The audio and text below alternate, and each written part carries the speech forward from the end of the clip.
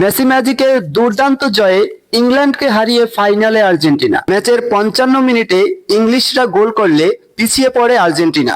পিছিয়ে পড়া আর্জেন্টিনাকে নিয়ে যেন চিন্তায় পড়ে যান কোচ স্কালোনি। কোণঠাসা আর্জেন্টিনাকে খেলায় ফেরাতে লিওনেল স্কালোনি পরিবর্তনের সিদ্ধান্ত নেন এবং তিনি 3 জন প্লেয়ারকে পরিবর্তন করেন। লিওনেল স্কালোনি লাউতারো মার্টিনেজকে নামানোর পরে আর্জেন্টিনা যেন ছন্দ ফিরে পায়। 84 মিনিটে মেসির জাদুকর অ্যাসিস্টে 84 মিনিটের সময় মেসির জাদুকরী অ্যাসিস্টে প্রথম গোল করে এনজো ফার্নান্ডেজ। প্রথম গোল করলে ম্যাচের সমতায় ফিরে আসে আর্জেন্টিনা। পরেই যেন আর্জেন্টিনা আরো আক্রমণাত্মক হয়ে ওঠে। প্রথম গোলের পর যেন নাটকীয়ভাবে গোলকে ফিরিয়ে দিচ্ছে বল। নির্ধারিত 90 মিনিট পার হলে খেলা গড়ায় অতিরিক্ত টাইমের 9 নির্ধারিত 9 মিনিটে যেন আটকাতে পারেনি মেসিকে ইংলিশরা। মহাকাব্যে রচিত হয় মেসির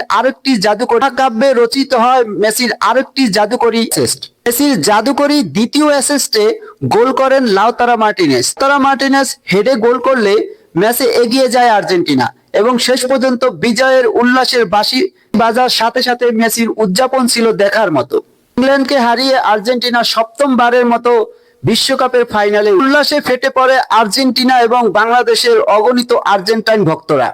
সেমিফাইনালের এই জয়ে আর্জেন্টিনা পৌঁছে যায় ফাইনালে। তানজিল হাসান, নিউজ 11, ঢাকা।